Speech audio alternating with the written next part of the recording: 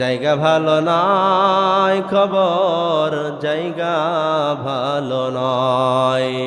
6 দিন পরে নখ খসে যাবে, 9 দিন পরে চুল।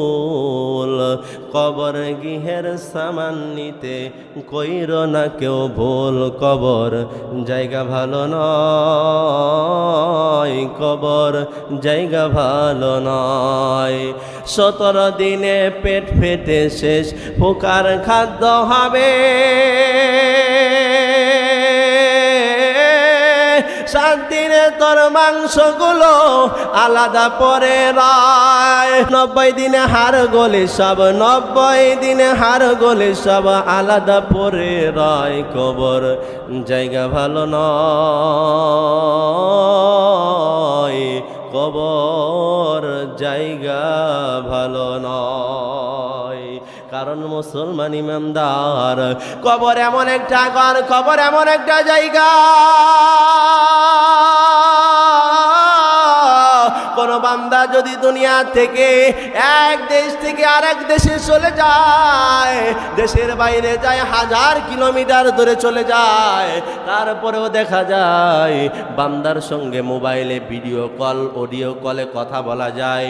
নতুন নতুন যদি কেউ বিদেশে যায়, যদি কোনো কাজ না পাই, দেশ থেকে টাকা পাঠাইয়া খাবারের ব্যবস্থা করে কি করে না? 1000 কিলোমিটার দূরে মুসলমান, তারপরেও খাবারের ব্যবস্থা, টাকা পাঠাইয়া বাড়ি আসার ব্যবস্থা করে যায়।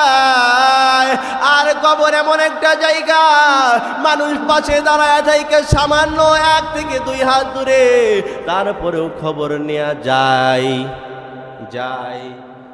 না মুসলমান। এই জন্য কবরে যাবার আগে কবরের সামান গুছায় নিয়ে যাইতে হবে, কি হবে না?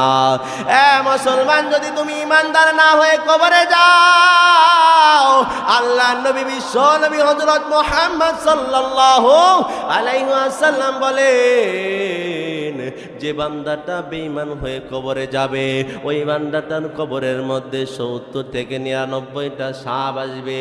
ওই বান্দাটার কবরের মধ্যে 70 থেকে 99টা সাপ আসবে। ডান পাশের মাটি চাপ দিবে বাম পাশে, বাম পাশের মাটি চাপ দিবে ডান পাশে, ডান পাশের মাটি বাম পাশে চাপ দিতে ডান পাশের হাড্ডি বাম পাশে ঢুকে যাবে, বাম পাশের হাড্ডি ডান পাশে ঢুকে যাবে। এ মুসলমান, কবর এমন একটা ঘর, যদি তুমি ঈমান নিয়ে যাইতে পারো, আর যদি তুমি আমল নিয়ে না যাইতে পারো, কবর তোমার জন্য ভালো জায়গা হবে না।